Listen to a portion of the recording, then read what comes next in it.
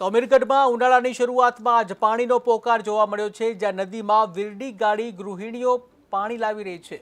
ત્યારે 2000ની વસ્તી ધરાવતા ગામમાં ભારે મુશ્કેલી સર્જાય છે, જ્યાં પીવાનું પાણી મેળવવા મહિલાઓને કિલોમીટર સુધી ચાલવું પડે છે, હેરાન પરેશાન થવું પડે છે। ત્યારે તંત્ર દ્વારા તાત્કાલિક પાણી આપવામાં આવે તેવી ગ્રામજનો દ્વારા માંગ કરવામાં આવી છે।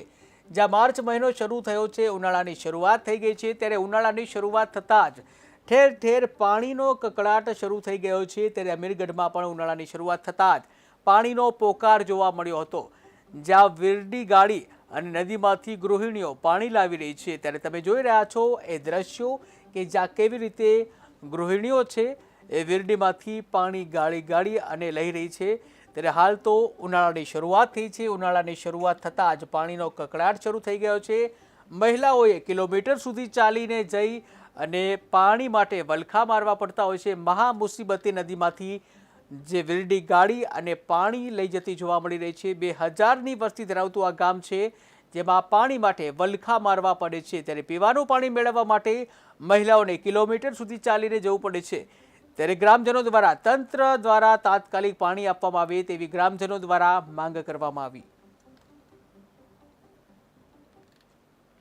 ગરના પાણીથી ઝાડા થાય, ઉલટી થાય, ખાવા ના ભાવે, ચા ફાટી જાય, દૂધ બધા રેડે તો દૂધ ફાટી જાય, પાણી પીવે તો પેટમાં દુખો આવે। 2 કિલોમીટર દૂર ભરવા પાણી તો મનુના કુએ ગરના પાણીથી ઝાડા।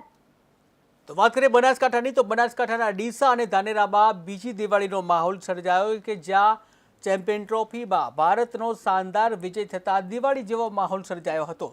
ધાનેરામાં ભવ્ય આતશબાજી કરવામાં આવી હતી, ઢોલ નગારા સાથે જાહેર માર્ગો ઉપર ઉજવણી કરવામાં આવી હતી। ત્યારે સમગ્ર બનાસકાંઠા જિલ્લામાં ખુશીની લહેર જોવા મળી હતી।